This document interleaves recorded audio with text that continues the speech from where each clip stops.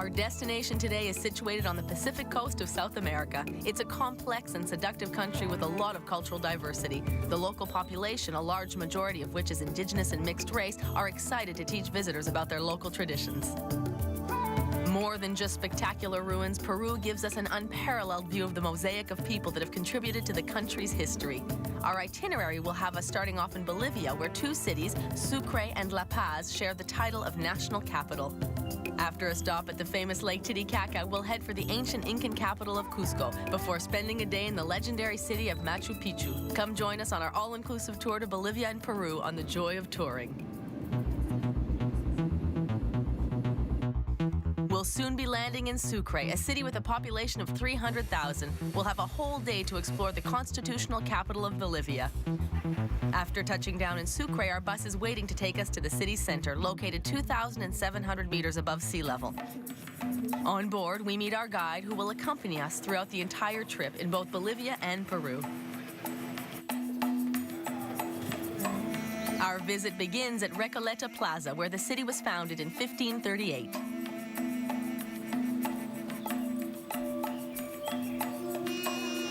Situated at one of the city's highest points, the plaza is bordered by a church and Franciscan monastery, each of which is over 4 centuries old.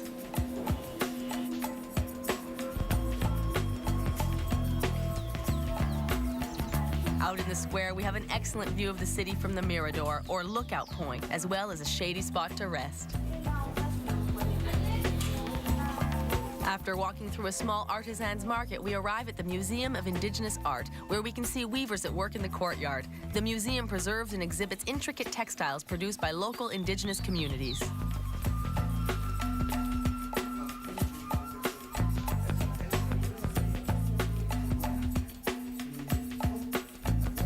It also provides a wealth of information about the techniques and traditional patterns of Bolivian textile art.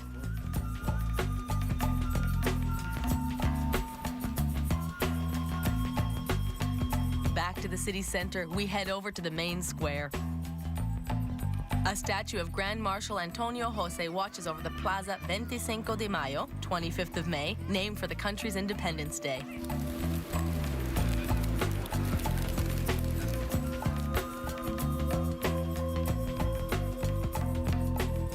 The plaza is surrounded by colonial-era buildings, including the Prefecture and La Casa de la Libertad. It was in this Spanish colonial palace, formerly a monastery, that Bolivia's Declaration of Independence was signed in 1825.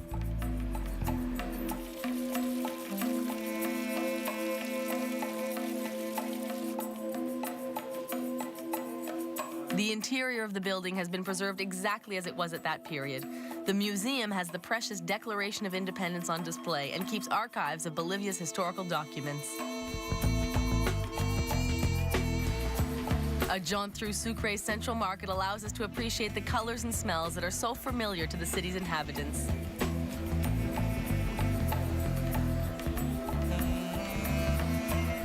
Our bus takes a route through Sucre's lively streets before dropping us off at the former convent of San Felipe de Neri, which has been transformed into a private school. Founded in 1795, this place is steeped in history. However, may the good San Felipe forgive us. We're less interested in doctrine and more interested in the panorama. From up on top of the tiled roofs, we have an unobstructed view of Sucre and its surroundings. Catholicism is widespread in Bolivia. In the street, we stumble across a procession in honor of the Virgin.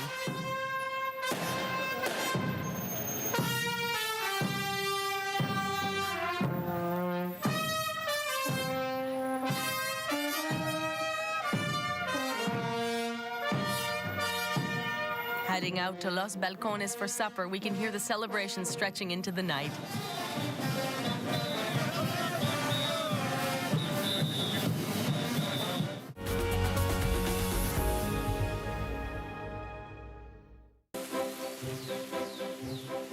In the early morning, we get settled in our bus and take off for Potosi, one of the highest cities in the world, located at 4,000 meters above sea level. After our stop there, we'll continue on toward Uyuni. Although Sucre and Potosi are only 164 kilometers apart, the mountainous roads mean that the journey will last a good 3 hours. We take the opportunity to stop and have a look at the Sucre suspension bridge that spans the Pilcomayo River. Back on the road, we have a good look at the diversity of the region's landscape. We drive through the temperate valley of Chuquisaca before climbing up the slopes to the Andean highlands, where we will find the city of Potosi.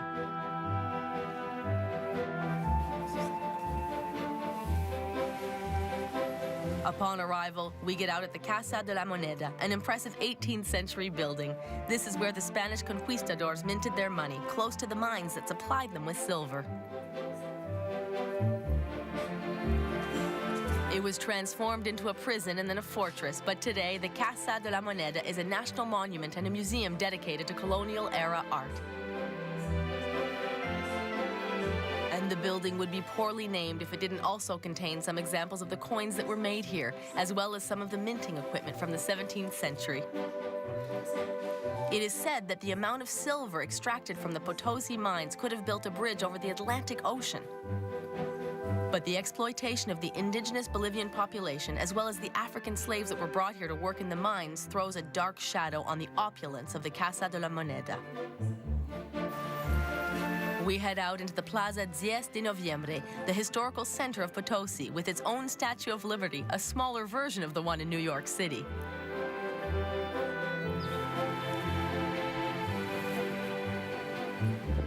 The pedestrian streets of Potosi are fertile ground for legends, like that of the Green Cross of San Francisco Church. La légende, cette croix-là, elle grandit chaque année. Alors quand la croix va arriver au bout, ça sera la fin du monde. People come regularly on pilgrimage to the cross, hoping that the final judgment is still a long way off. Further on, we see San Lorenzo Church with its plateresque facade. This style, typical of Spanish Renaissance architecture, is characterized by breathtakingly intricate relief carvings with visible Italian influence.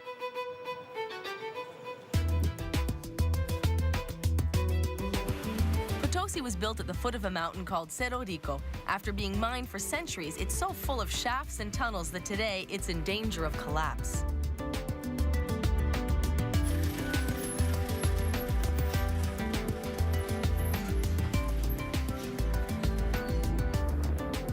After lunch, we head for Uyuni over highways with a peculiar type of warning sign, llama crossings.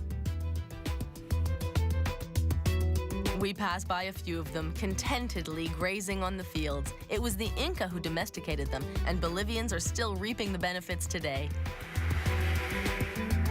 But llamas aren't the only interesting life forms on our route. The cacti also deserve a closer look.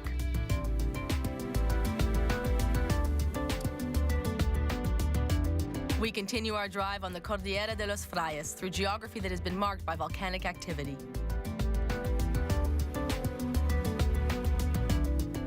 Despite the comfort of the bus, a full day of traveling is tiring. When we arrive in Uyuni, the driver drops us off directly at the hotel. This peaceful colonial-era building promises a relaxing night. Day breaks in Uyuni, and we get ready to get back on the road. The city of Pulucaya and the Salar Desert are our destinations for the day.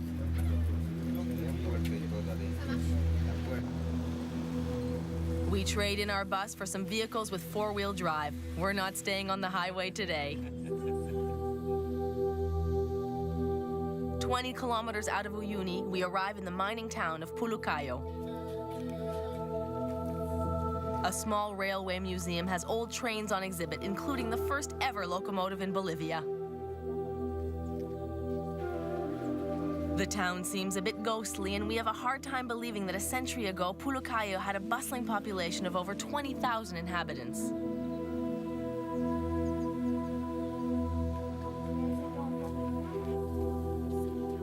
Part of the mine is still active today, and we meet some of the miners who work there. But the glory days of the silver deposit, which was thought to be limitless, are truly a thing of the past. Fortunately, the families that still live in the village receive visitors with open arms, eager to tell us about the town's history.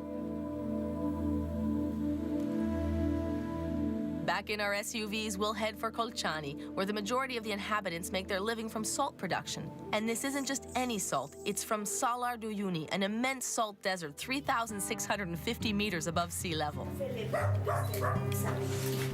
At the Interpretation Center, we learn about salt extraction and processing. The larger blocks become salt licks for livestock, while the grains are destined for human consumption. We can even buy some on site.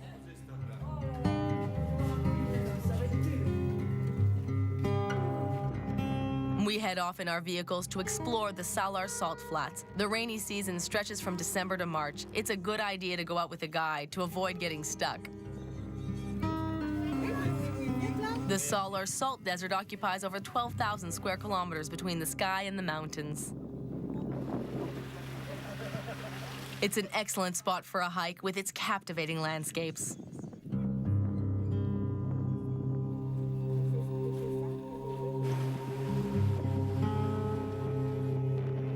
Between two optical illusions in this all-white landscape, we take a pit stop to have a snack. We've brought all the supplies we need for a picnic in this unusual location.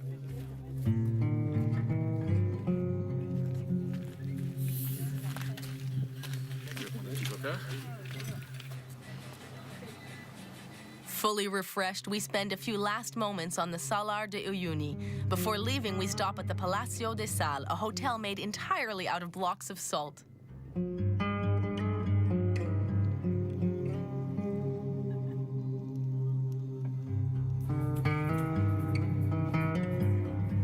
This unusual establishment has 16 rooms and is unique to the world.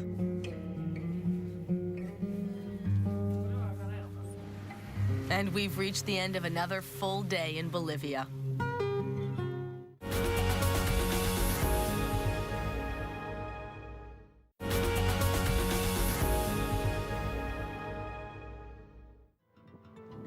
After a short flight, here we are in La Paz, political capital of Bolivia. Lively and colorful, the city is at once exotic and cosmopolitan. From the city center of La Paz, we'll head for the neighboring Valley of the Moon. We head down into the canyon to the main square of La Paz, named Plaza Murillo, for the leader of the Bolivian Revolution.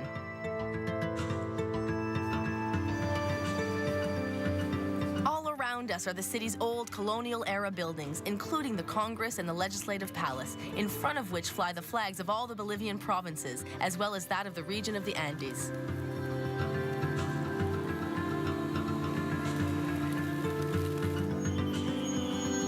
The cathedral is also in Plaza Murillo. It's an imposing building with 5 naves, Corinthian columns, and a central dome.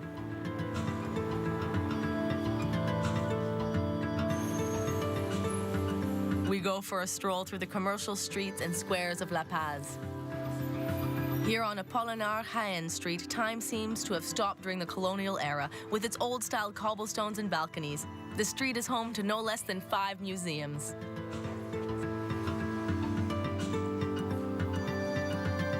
Through the city's thick traffic, we head for one of the city's several public markets. Here, local artisans sell their handicrafts right next to the fruit sellers. Further down the street, the Witches' Market astonishes us with its various concoctions, medicinal plants, traditional Andean remedies, and protective amulets of all sorts. If you want, you can even get yourself a souvenir dried llama fetus. According to Aymara tradition, burying one under the foundations of your house will guarantee the protection of Mother Earth. The more squeamish among us go on ahead to San Francisco Cathedral, located a few steps away from the Witches' Market. Built in 1745, the church is considered by many to be the most beautiful colonial building in La Paz.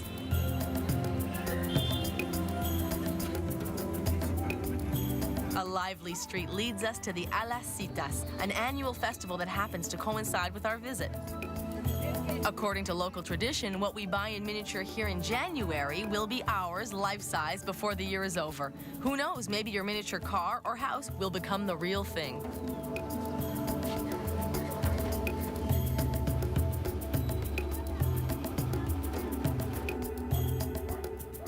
We're expected at the Oberland Hotel for lunch. In the yard, we're served sizzling grilled meats on a hot stone.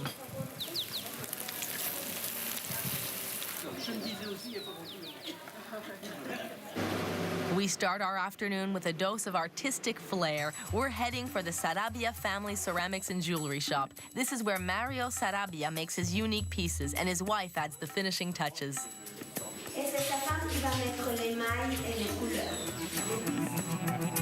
The decorative ceramic sculptures are made in a style influenced by both contemporary and traditional Bolivian art. Their daughter designs the ceramic jewelry that we find in the boutique.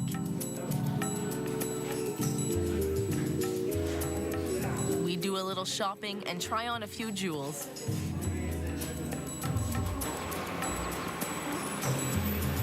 The Valley of the Moon, our next destination, is quite close.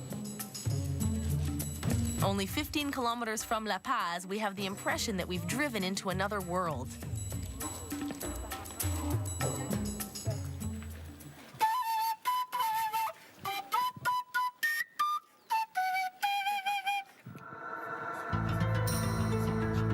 The Valley of the Moon is a series of pits and craters where erosion has worn the mountain away. The unique landscape of rocky formations scoured for thousands of years by the wind and the rain makes us feel like we're discovering a different world.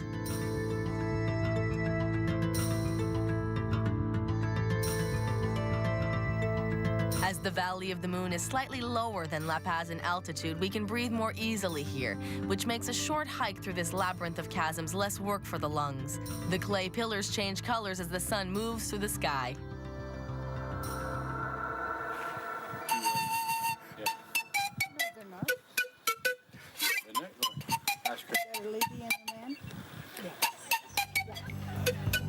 And it's a drive back into the city after this lunar experience. And we're staying at the Hotel Presidente, a modern 5-star right in downtown La Paz. The city is home to some really great restaurants. Our guide brings us to one called Pan de Oro, an establishment that puts on a dinner show. One of the specialties is the excellent fondue, which we savor to the gentle sounds of Bolivian traditional music.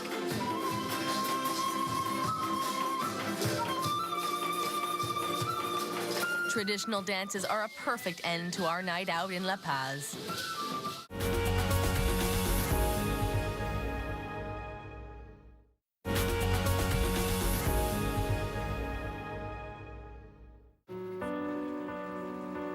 We leave La Paz this morning in the rain. We say goodbye to the splendid city, riding high and dry in our bus. We have a lot of ground to cover as we plan to end our day in Puno, Peru.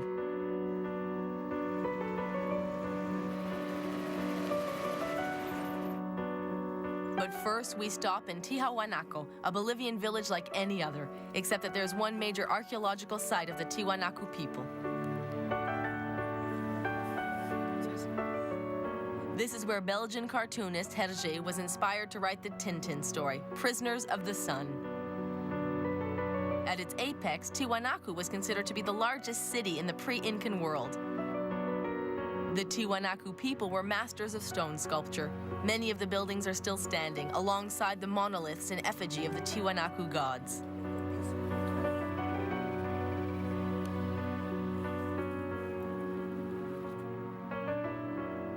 One of the attractions of the site is surely the Door of the Sun, which may have been used for astronomical observations.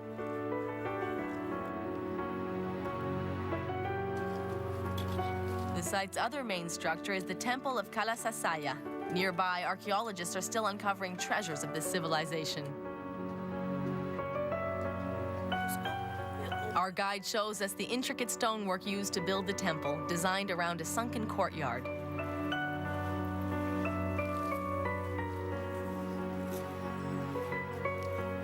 In the courtyard are monoliths with frightening faces, and carved heads are embedded into the temple walls.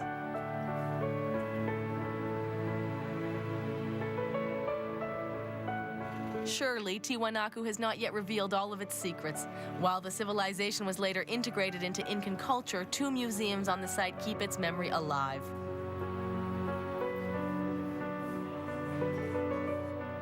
Among the pieces exhibited here are several representations of their gods, carved into gigantic blocks of stone.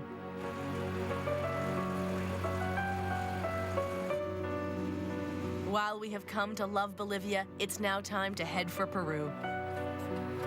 At the border, we have to change buses. Our bags are transferred safely over the border, and we follow them on foot.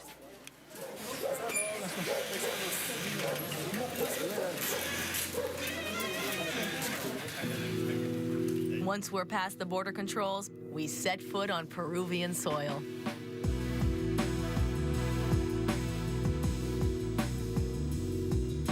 We'll be crossing the Altiplano by bus en route toward Puno. Altiplano means the high plains, and that's no exaggeration. We are over 3,000 meters above sea level.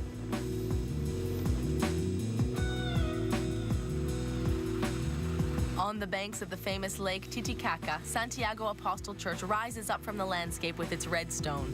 The architectural style incorporates both indigenous and naive influences, making it one of a kind.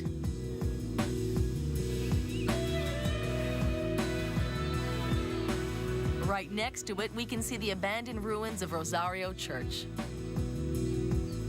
The massive Lake Titicaca sparkles before us. At 3,812 meters above sea level, it's the highest navigable lake in the world.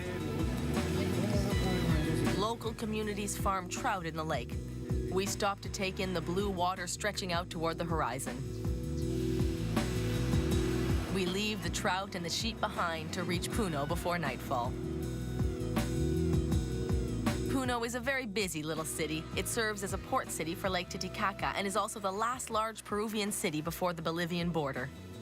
Now it's time to head for the hotel and turn in early because we're off to the Incan city of Cusco tomorrow morning.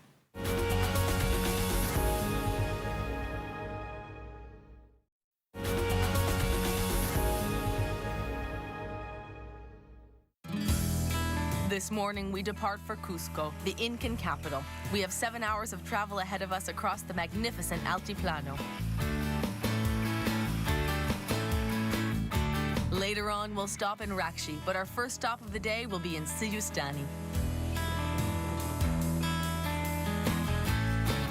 The sky is menacing, but we're confident that the weather will clear for our visit to the necropolis. However, Mother Nature decides to send us a downpour to go with our visit to the funerary site. Wrapped in our raincoats, we head out to see Siyustani. If the llamas can handle the rain, so can we. This is where the Koya people buried their dead. In fact, the Koya placed the mummified bodies of their nobles in tall stone caverns called choipas. Shaped like towers, some of these choipas are up to 12 meters high. Some have been plundered and others left to ruin when the Inca conquered the Koya in the 15th century. The best preserved choipas are situated in Siyustani on this massive sanctuary plain.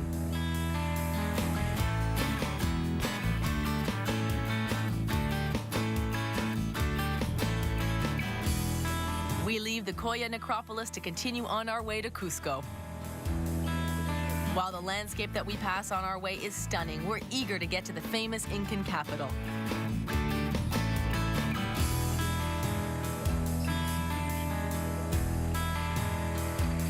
To stretch out our legs, we stop for a cup of coffee in Pucata, which inspires a melody from our Peruvian guide. We pile into a small shop where we drink coffee surrounded by colorful handicrafts, which only serves to build our excitement of being halfway to Cusco. But there's lots of road left to cover and a lot of landscape to see. The misty mountaintops lend the Altiplano an aura of mystery. As we enter the region of Cusco, of which the city of Cusco is the capital, we are welcomed by artisans who show off their beautiful wares. Our excitement grows with every kilometer we pass on our way to the Incan capital. We pass through San Pablo to the sounds of the local marching band. It's carnival, and the local population serenades passing visitors with fiesta music.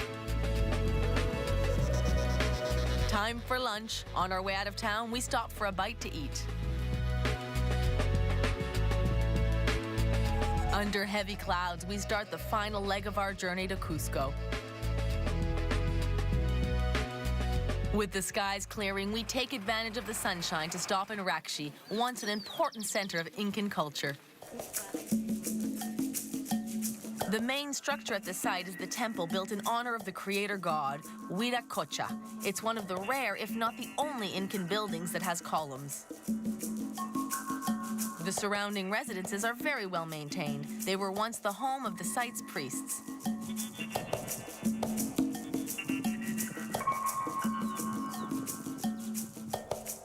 Rakshi was extremely important to the Incan Empire due to its vast food storage capacity.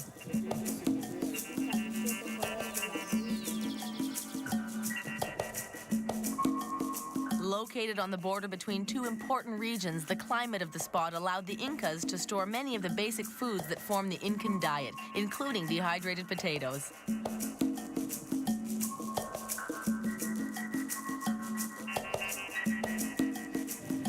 After our visit to Rakshi, we continue our marathon toward Cusco. Other interesting towns are still to come, including that of Andahualillas.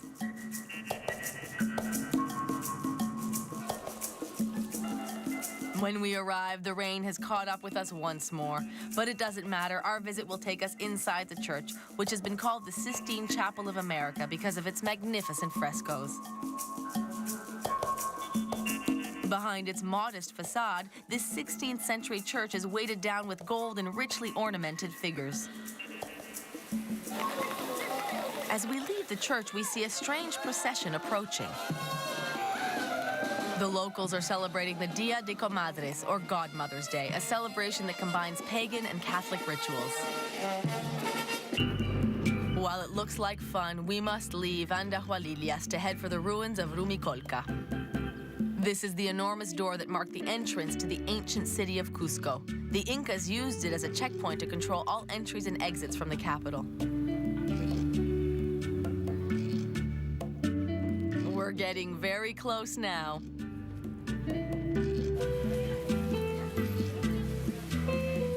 After a very full day, here we are at last in Cusco.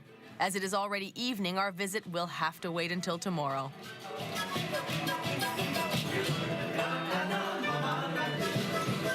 We'll just have to soothe our impatience with a tasty and well-deserved meal accompanied by Peruvian music and dance. Tomorrow, we'll discover the capital of the Incas. We gather in the lobby of our hotel, Los Portales, before setting off in search of the Incan sites that surround the modern city of Cusco. In Quechua, the word Cusco means navel of the world. Our visit will take us to Kenco and Tambo Mache before we explore Cusco itself. We start off our day in the ruins of Sacsayhuaman, a fortress where bloody conflict kept the carrion eating Falcons well fed. Saxa, ça veut dire rassasié. Et Huaman, ça veut dire faucon. J'ai dit que l'espagnol-là, il n'était pas comme. Sacsayhuaman was the site of one of the last battles between the Spanish and the Incas for the conquest of Peru in 1536. The fortress is composed of 3 terraced walls. From the air, the structure looks like the head of a puma, a sacred animal for the Incas.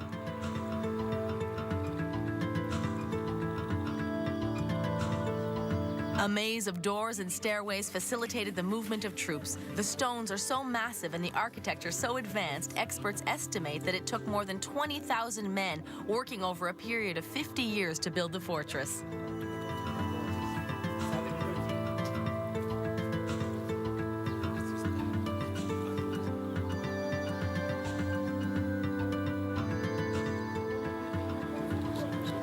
With Cusco at our feet, we continue our discovery of Incan culture, making our way up a steep track.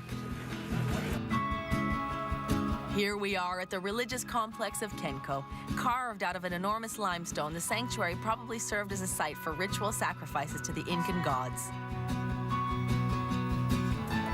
The proof? These tunnels bring us to an interior chamber filled with altars carved directly into the stone walls. The sight sends a shiver up our spines. We ask our driver to bring us to a more cheerful place. This is how we end up at Puka Pucara, warmly welcomed by the local artisans. Called the Red Fortress, Puka Pucara was actually a military defense post. Today, there's not much left except for a series of terraces, foundations, and trenches. But if Puka Pukaro was a defense fort, who or what was it protecting? The answer is only 500 meters away on the terraces of Tombo Mache, the Incan imperial baths. Here, water from the sacred stream runs into stone ritual basins.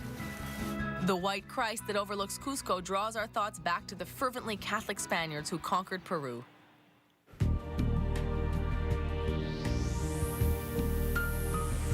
Which brings us to Santo Domingo Church, built in the 16th century. It was built on the most sacred Incan site, Curicancha, the Temple of the Sun, the largest and richest temple of its kind.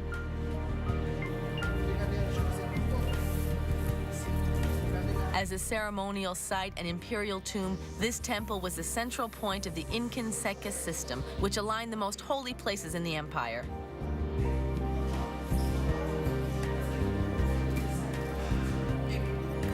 When the Spanish arrived, they pillaged the gold and other treasures of Curicancha and desecrated the bodies of the emperors. Not much remains except for the basalt foundations and a few surprises that archaeologists are still discovering to this day. We walk the short distance to Cusco's Plaza de Armas. Here we find the Baroque facade Church of the Compañía, one of the most beautiful churches in Peru. The fountain in the plaza is a tribute to the Inca, the first inhabitants of the area. All around the plaza, the colonnade, characteristic of colonial architecture, brings us to the cathedral that sits before the lively fountains of the city hall. This evening, we've been invited to a dinner show where the Andean group Apu Rami will give us a memorable evening. After a good night's sleep, we head out into the sun for another busy day. On the itinerary today, the sacred Valley of the Incas, those fertile fields surrounded by the high peaks of the Peruvian Andes. From this observation point, we can see how the mountains protect the valley fields below, making them perfect for agriculture. Our guide explains that this valley was the main source of food for all the Incas at this altitude. The ingenious terraces that they built into the steep slopes are still used by local farmers. The Sacred Valley is also the location of a great many important Incan sites, including Pisac, which stands above the Urubamba River.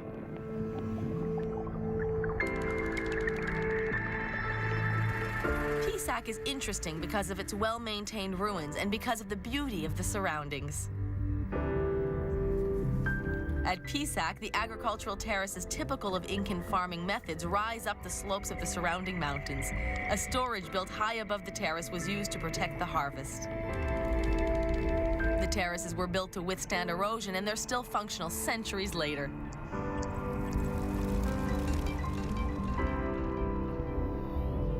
The noble district is perched on top of the cliff.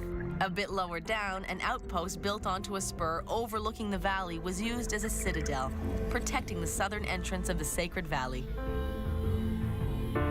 There's so much more to see, but as it's already time for lunch, we'll head to a superb colonial building that has been converted into a charming restaurant. This is Andean comfort food at its best. We choose from a wide selection of local dishes. Here, we can relax and digest to the sound of pan flutes. We'll soon be heading for Ollantaytambo, our next destination. This is one of the only remaining examples of urban Incan architecture. We can clearly see the streets and houses, as well as space for kitchen gardens. At the top, we can see the granaries that were used to store local cereal grains or dried fruits and vegetables. And now it's time to start our climb up toward the fortress. Within the impenetrable walls of the fortress, extremely solid doors stand on guard. And this is what remains of the Temple of the Sun, which was probably not yet finished at the time of the Spanish conquest. One of the walls is built out of gigantic stone blocks, assembled with meticulous precision by smaller stones. The nobles lived in a section at the center of Ollantaytambo, which is also the location of the astronomical observatory.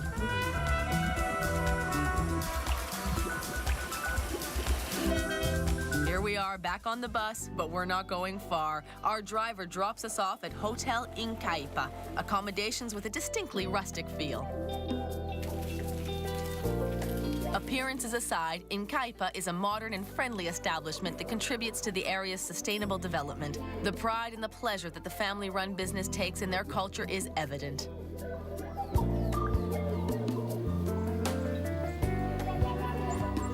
The hotel is situated in a magnificent series of gardens sprinkled with small pavilions where our rooms are located. In this oasis of calm, we spend the night dreaming of Machu Picchu, which we will visit tomorrow.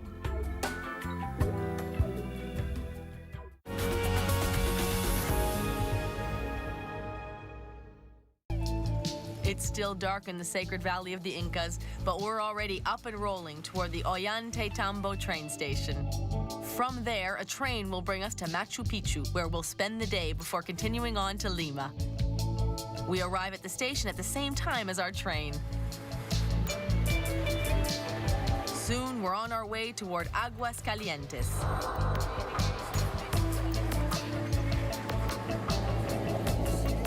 The train is rather luxurious for the region. We gaze out the window at the unique landscapes of the Urubamba River and the Sacred Valley. Arriving at Aguascalientes, we change our mode of transport, off the train and onto the shuttle bus.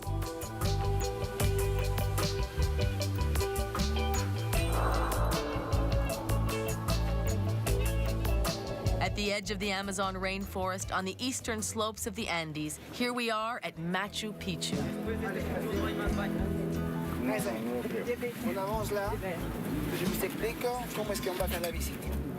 A sacred city built according to elaborate plans in the 15th century, Machu Picchu is Peru's most emblematic archaeological site and one of the most visited spots in all of South America.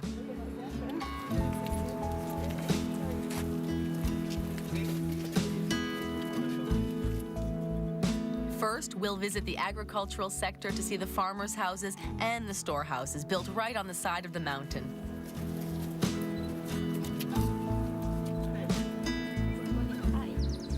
The agricultural terraces carved out of the steep slope could feed up to 10,000 people per year in Machu Picchu.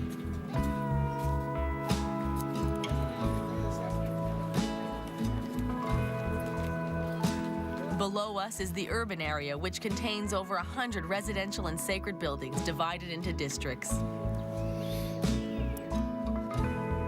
It's no surprise that Machu Picchu is considered one of the new 7 wonders of the world. A long wall with heavily fortified doors separates the 2 sectors of this breathtakingly steep site, which occupies an area of 32,500 hectares, or about 4 times the size of New York's Manhattan Island. Machu Picchu also includes an imperial residence, an extremely advanced water supply system, as well as a solar calendar carved out of stone, which could precisely determine the changes in season. Forgotten for centuries and then rediscovered in 1911, the mysterious city of Machu Picchu is the most advanced example of Incan architecture. The 21st century is catching up to us, and we must take the train back to Aguascalientes. Tomorrow, we'll delve into the sights of Lima, the capital of Peru. But first, we have to get there. A quick flight saves us a day and a half on the bus. Almost 1/3 of Peruvians live in the capital and surrounding areas, situated on the shores of the Pacific Ocean. Our first stop will be Lima's lively historical center.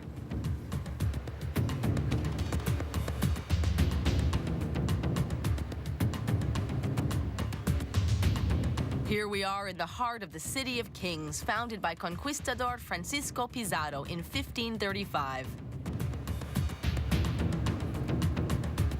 The majestic Hotel Bolivar stands on one side of Plaza San Martin, built in honor of José de San Martin, liberator of Peru.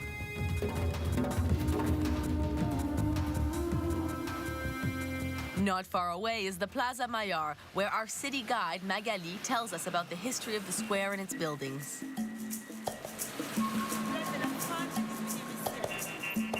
Standing on this former military parade ground are the Club of the Union and the headquarters of Caretas News magazine, as well as Lima's City Hall. A magnificent fountain built in 1650 sits in the center in front of Peru's government palace.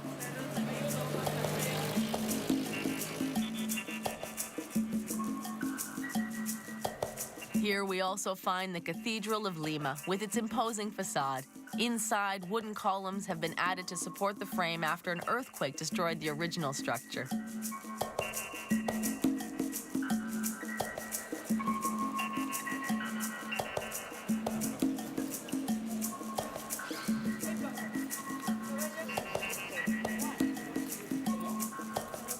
Under the warm sun of the Pacific coast, we stroll over to the bright yellow Church of San Francisco. Its facade between two looming bell towers seems to be a perfect habitat for the resident pigeons. We head out of the city and into the outlying regions. Home to the farmers' fields only a century ago, today, the Miraflores district is an upscale residential neighborhood. Salazar Park is a perfect place to stroll with a view of the ocean. We stop for lunch at a restaurant with an inviting terrace at Larcomar shopping complex. And then we set our course for Barranco, formerly a fishing village made famous in the songs of Chabuca Granda, First Lady of Peruvian song.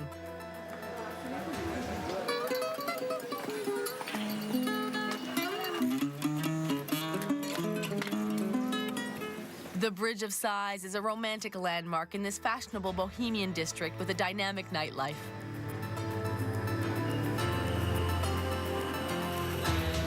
In the middle of the district is the Barranco Municipal Park, beautifully decorated with works of art.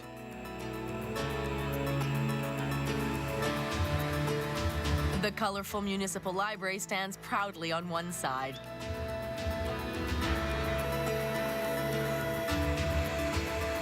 And what's a visit to Lima without a visit to the beach? Beaches abound in the Chorrillos district at the foot of Morro's Solar Hill. At the height of its popularity in the early 1900s, people would come to this seaside resort from all over South America. It's already time to head back to Lima for one last visit. One of the earliest examples of Spanish rule are the Lima city walls, built to protect the City of Kings from pirates in the 17th century. While they are now partially demolished, some parts of the walls are still standing, including a recently restored section close to the government palace. Few countries have as much geographical and cultural diversity as Peru. With the Andes, the Amazon rainforest, and the rich indigenous culture, the country has something for everyone to enjoy. Peru's cultural heritage is a delight to visitors, piquing our imaginations about the Incan gods and emperors and the conquistadors' search for El Dorado. It's up to you to continue your adventure with us on the joy of touring.